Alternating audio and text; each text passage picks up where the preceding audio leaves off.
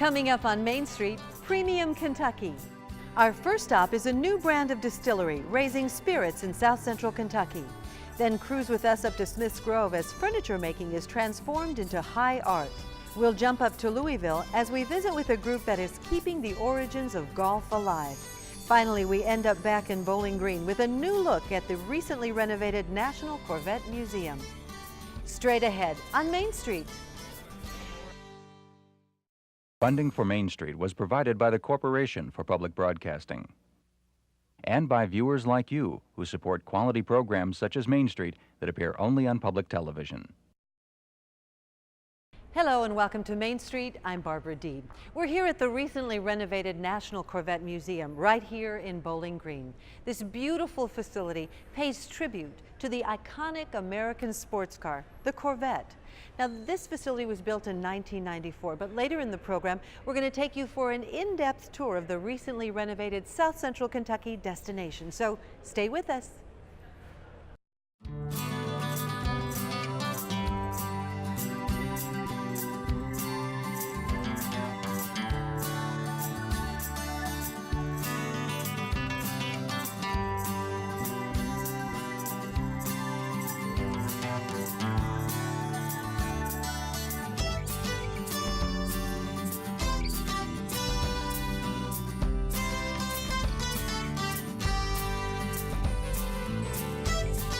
Kentucky is known worldwide for its bourbon, but recently a new kind of distillery opened in downtown Bowling Green.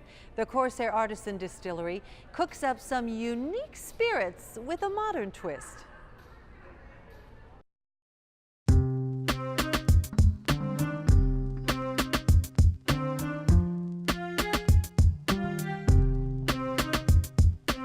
I had been making wine, beer, and sake for years and really loved it. And my business partner Andrew had been making wine. His family they'd always grown up making wine. And we had actually had been making biodiesel. We were both fooling around with alternative energy. And one day I kind of just got sick of it and I said, Derek, if that barrel over there was full of whiskey instead of diesel fuel, I'd be a happier man. And he said, okay, let's open up a distillery. And distillery just did not take much convincing. It was a very cool idea. We're a craft distillery, so it's a small distillery. Typically that's under 50,000 gallons a year. Micro distilleries are just beginning to take off like microbreweries did in the 70s and the 90s. So the timing was right. There's a lot of interest these days in craft spirits and in artisan foods generally. So everything just kind of lined up right. Kentucky in general, people seem better educated about spirits. They're really passionate. And Bowling Green's been wonderful to us. Everyone's loves what we're doing. They're thrilled that we're here. Bowling Green has a great downtown, and there seemed to be some sort of renovation and reclamation of the downtown, and there were some cool new companies moving to the downtown area, and they wanted to revitalize this. We make gin, absinthe, vanilla vodka. We have some experimental whiskeys and a spiced rum.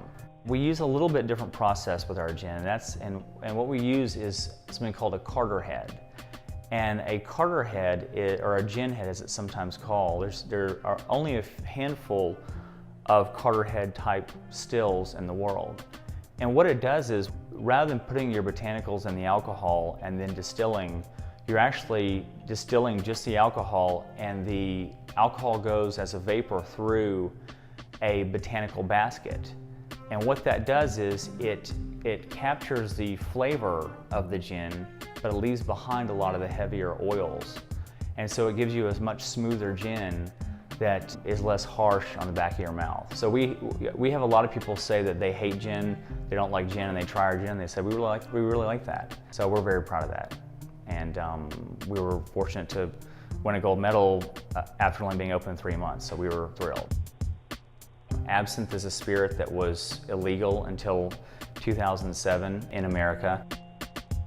The reason why it was made illegal is because it was believed to be psychotropic. The FDA did some tests and found that this chemical was in a lot of spices. It was in rosemary, thyme, and so they had to allow it to be legalized. We went with a red absinthe because most of the absinthes are green, and but we did see that there had been a lot of red absinthes made in Spain. And to our knowledge, there were no red absinthes being made in the United States. So we wanted something just a little bit different. And we started playing with hibiscus, which is what we use to color our absinthe. And we liked the taste it was giving us, so we went with it. Vanilla bean vodka is our simplest spirit. Fortunately, it's one of the most popular because it is so simple to make, but it is an infusion of whole vanilla beans in high-proof grain spirit, which we then filter several times through activated carbon made from coconut, and then we filter it further, and then we have a vanilla bean vodka. Usually vanilla vodkas are made by taking a clear vodka and adding an extract, so they remain clear or have just a little bit of a tint. And then there's usually sugar added as well, so it's a very sweet vanilla taste. This being an infusion of vanilla bean, it's a very woody, natural vanilla flavor, so again, it's a little bit different. Our rye moonshine and our rye whiskey are pretty unique because it's 100% rye. Most rye whiskeys on the market are usually 70%, 80% rye. You rarely go to 100% rye, and it's because it is so difficult to work with. But it gives a really fascinating character. Rye has a spiciness to it. It's just a unique grain. It's a frustrating grain, but we wanted a true 100% rye product. And there are people that try the moonshine version of it that's unaged, and that's amazing. You know, it has the mixability of a vodka, but it has a really strong cereal character. So you know it's a whiskey, but you're not sure what's going on. Spiced rum is a lot of fun to do. You take a silver rum, clear rum, and you stick it in a barrel. Traditionally, those go in used barrels, used whiskey barrels or used wine barrels. And then we spice it with a bunch of different spices. Orange peel and vanilla bean, whole vanilla bean, are the two main flavorants. But we get a lot of the nutmeg, the cinnamon, the clove, the anise coming through. When you mix it with a Coke or another mixer, you still taste each spice, and a lot of people really like that. So when they try our stuff, they're like, this is really different. So although it is a spiced rum, it's not really like a spiced rum that's on the market at the moment. So that's what we were going for.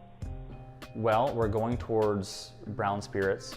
Most microdistilleries start with white spirits while they're aging their brown spirits. Whiskeys and bourbons have to be aged. So I think that where we will be in 5 or 10 years is we'll be distributed internationally, and I think we'll have a nice balanced portfolio of white and brown spirits.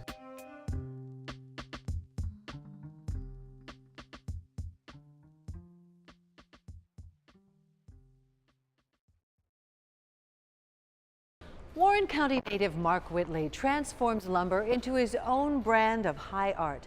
His furniture speaks to the beauty of the wood and to the delicate balance between design and comfort.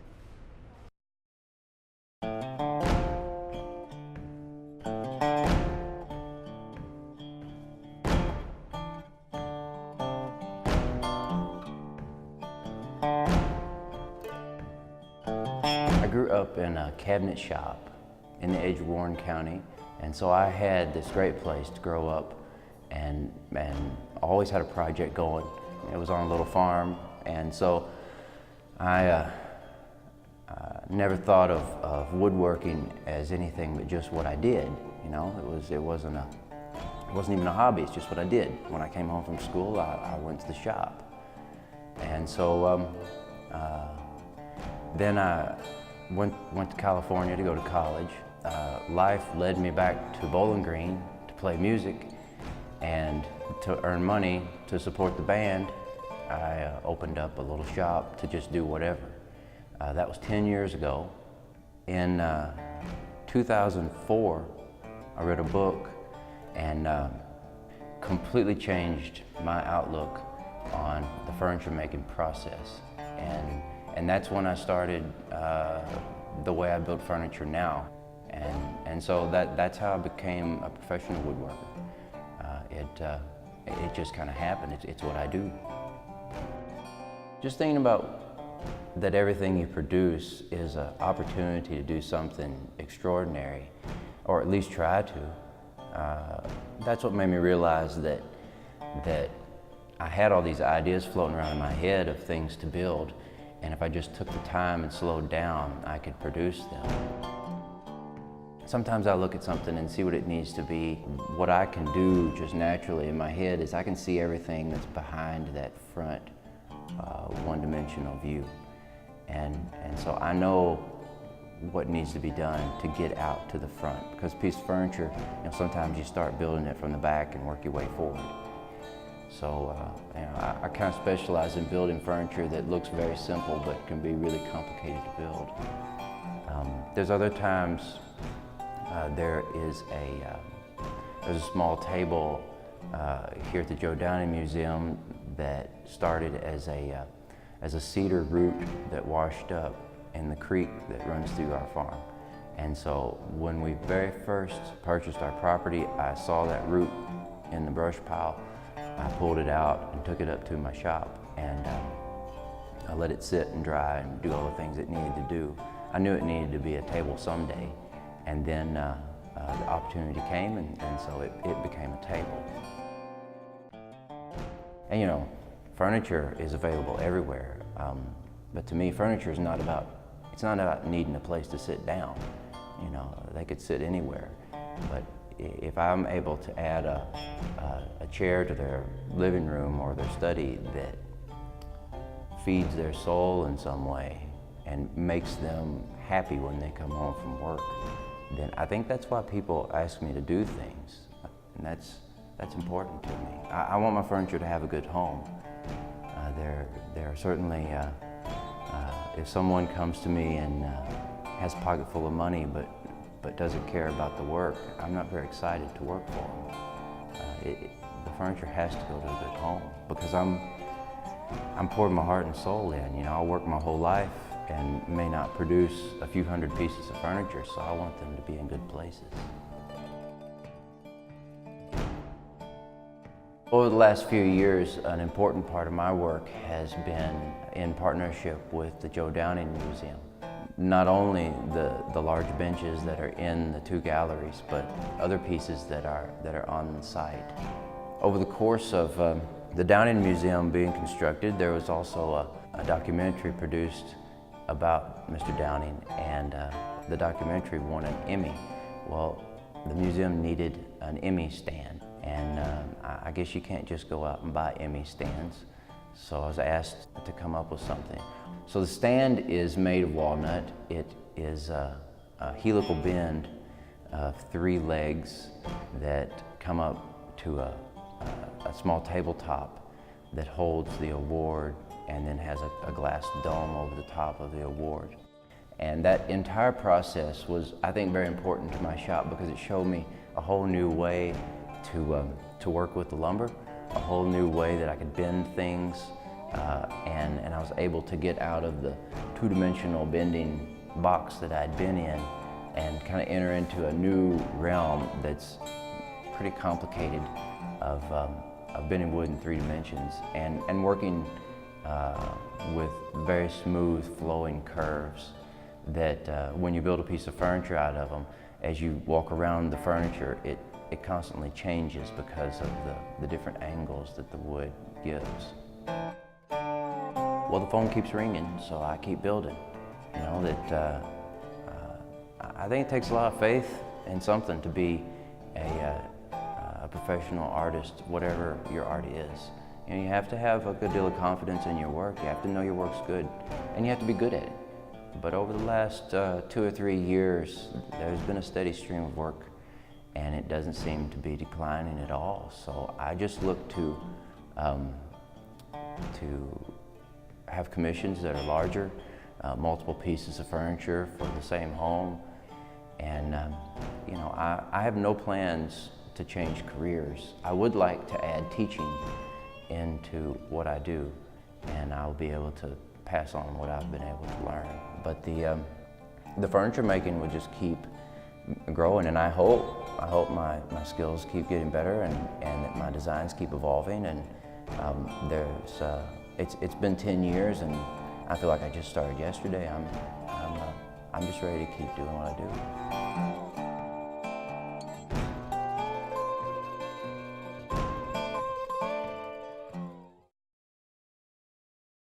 Old Master Originals in Louisville craft putters in the style of clubs that date back to the origins of golf in Scotland. This Kentucky-based group can turn anything wood into instant treasures.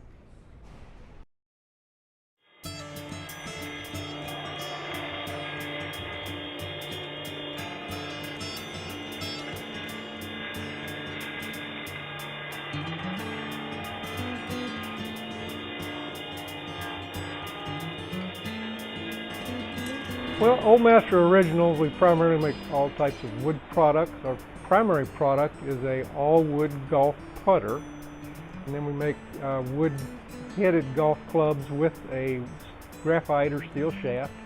Make baseball bats, humidors, pen and pencil sets, picture frames, just about anything wood. I was a Jefferson County School public school teacher and taught art in middle school for 27 years, and then when I retired I was planning on being on a horse farm and working there for maybe the rest of my life. And then my next door neighbor talked to me one day and said that Dave Berger, who I'd met before, was looking for someone to help him make these golf putters. And having a sculpture background in college and everything, I just went and met him for lunch and we shook hands, and I've been with him for 10 years now. We're extremely busy around all the holidays. Father's Day, of course the baseball bat, we're busy in the spring, making bats for actually high school seniors, college seniors. We are licensed by the Little League, so we can actually do a lot of Little League bats. So that's what we like to do though. My favorite part is just using my hands every day and working with this wood and starting out with a raw piece of wood, and when it's finally finished, sanded and finished, then the true beauty of it comes out, and then you sit there and you're pretty proud, what you've done. Well, what we typically do in the process is we buy exotic lumber from wood brokers from all around the country. We bring it in here, actually cut it into a rough shape. Then we mount it in what they call a master carver, which basically roughs out the head. From there, we take that piece and mount it in this lathe behind me here that actually will turn the shaft. And from there, the head is then finished by hand. It's weighted and balanced.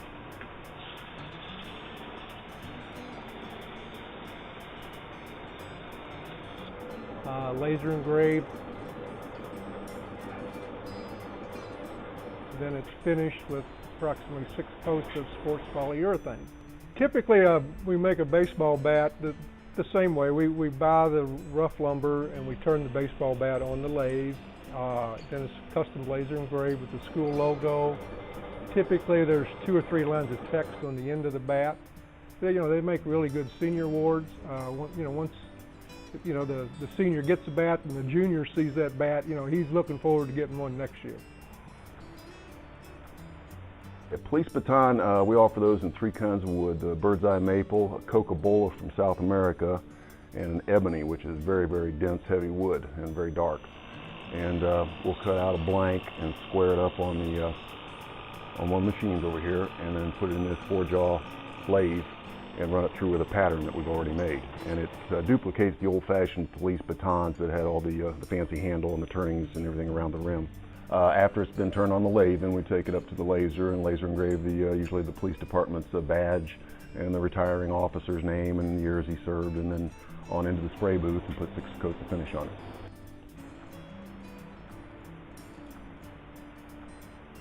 People call us and want to know if we can make this and make that. I guess probably one of the strangest things we ever made was we made vampire stakes for the TV show Buffy the Vampire. And we laser engraved the logo and all on there, and they gave them away at their opening ceremony in Hollywood. Anyway, we do make all kinds of weird things. Of course, the favorite thing is always the all-wood golf club, and especially out of some sort of exotic wood. My personal favorite is called pink ivory. It comes from Kenya. The Zulu chiefs actually own these trees, and they're the only ones that can cut them down. And currently, the only way you can actually get pink ivory is it has to be certified dead. You can't cut a live tree anymore because they're so rare. And this wood is actually sold by the ounce. I believe it is probably the most expensive wood in the world. Since I've been here, I've seen a nice gradual growth, and I think it's going to continue to do that for years to come as people start getting tired of all the stamped out, made in China type of things, and then all of a sudden they realize just how important some of these handmade things are, you know, as they're getting harder and harder to find. I would say at least 3 or 4 times, you know, a month, somebody will write a letter back or give us a call like how they really love this product, or the recipient really did. These are real high quality, which, you know, makes you proud to produce something that actually nobody else does. And when people see them, you know, most of the time their reaction is like, "Oh wow, look at this," you know. And of course, when we go to golf shows and all, I guess our most frequent statement is, you know, like, "Oh, these are so beautiful, I could never play with it." You know, and it's kind of like, you know, well, we can always make you an ugly putter if you'd like, so, but we have never got one to take us up on that yet.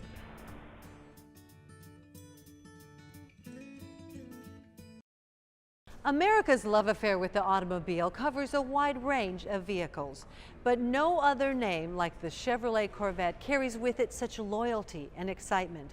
We're here at the National Corvette Museum, where we have a space dedicated to a single car, the Corvette, assembled right here in Bowling Green. Now, this facility opened in September of 1994, but it recently underwent a huge expansion. Drive along now as we take a look at the past, present, and future of the Corvette.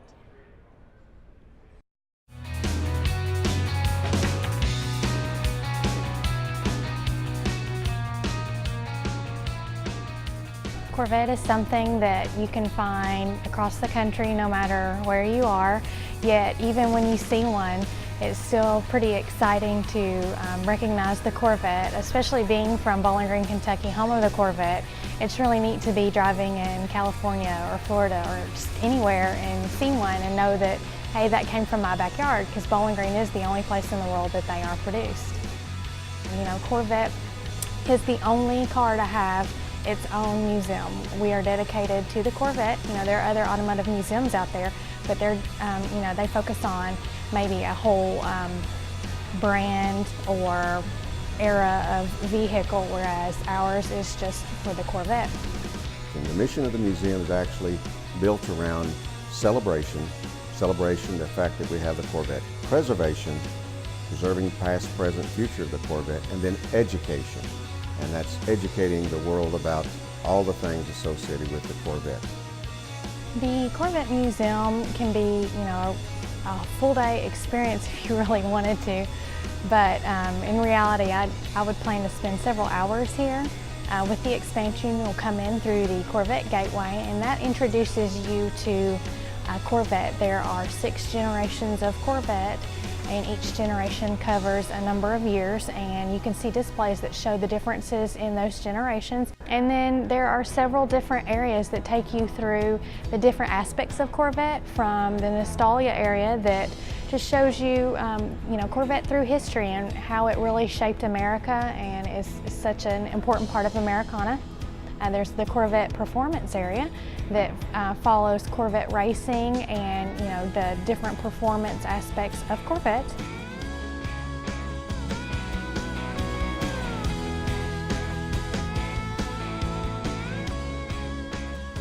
But they would learn in our design area things that the design team goes through prior to actually seeing a Corvette come off the assembly line, the concept cars and the clay models and different things like that. Then they'd see in the engineering the unique things that have been introduced through the Corvette, and that have also been passed on to other Chevrolet brands. So it is certainly an educational museum, and we're wanting to just expand on that as well. The museum recently completed a 46,000 square foot expansion. We're now a total of 115,000 square feet under roof. With that expansion, we added a library and archives area. Of course, when the Corvette Museum was started, it was started to house and store all kinds of Corvette history. And how can you do that without a library and archives? So that is one of the, I guess, crown jewels of this operation for the true Corvette enthusiast. It has bookshelf upon bookshelf of all kinds of memorabilia, magazines, documents, everything imaginable about Corvette. Another part of the expansion was an expanded store. The store has, shirts, mugs, just anything a tourist might want, but also a lot of really specialized things for Corvette owners, car covers, just anything like that. One of the things I think is the most exciting is our PDI area. PDI stands for pre-delivery inspection, and we have a team back there that works just like a regular car dealership. Someone could go to their local car dealer and order a brand new Corvette. As part of ordering a new Corvette with your Chevrolet dealer, one of the options that a person can select is option R8C, and that particular option then tells the system that that new owner wants to pick it up at the Corvette Museum. So instead of the car being shipped to the dealer, it comes to the museum. We do the dealer prep on it. Then we coordinate a time for the new owner to come in. We give them a VIP plant tour. We give them a VIP museum tour. We do all the paperwork, and then we give them as much hands-on as they would like with their new Corvette, because for many of them, about half of them actually, it's their first-time Corvette owners. I've liked Corvette since I was many years younger, and I finally wanted to do something for myself, and I wanted to get a Corvette. I wanted it to be a better experience than just going to a dealer. So the dealer told me about it. The dealer in Jacksonville told me about it, and I decided that there would be a chance for a buddy of mine to come up and just enjoy the experience. And I think that it just makes you appreciate the car more. I mean, I saw things put in the car and built today that I didn't know they even had. And it's just, I think you appreciate the car more. And I'm looking forward to seeing all the older Corvettes and stuff. It's been, I knew it would be good, but it's better than I expected.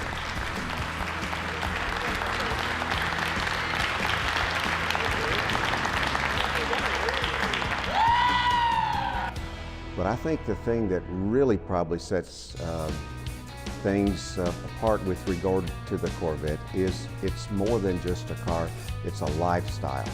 So when you own a Corvette, you have a great opportunity to be a part of a greater Corvette family, a club, an extended family, and you can do lots of activities with them if you so desire. Another aspect of the museum expansion is the Corvette enthusiast area. That's within the museum itself, and it is an exhibit, but it focuses on the Corvette lifestyle. They say Corvette people are nuts, and when you go through that area, you might agree with that. It shows some video footage of Corvette crazy garages, all about the Corvette Club lifestyle, Corvette car shows, just anything that has to do with Corvette as a hobby and what sets the Corvette apart from other automotive hobbies or other cars that are out there. Even if you're not a car buff, the Corvette Museum has something to offer everyone. It follows American history as well as the history of the Corvette itself. And there's something exciting about learning about America's sports car. There are a lot of celebrities that own Corvettes or have owned Corvettes, and periodically we may have one of those on display in the museum. The museum is a living museum, so the displays change on a regular basis. If you haven't been lately, you may want to come again because things change every month. We have displays that rotate in and out. We have special exhibits. We've had Corvairs. We're probably going to have some Camaros. So you never know what you might find here.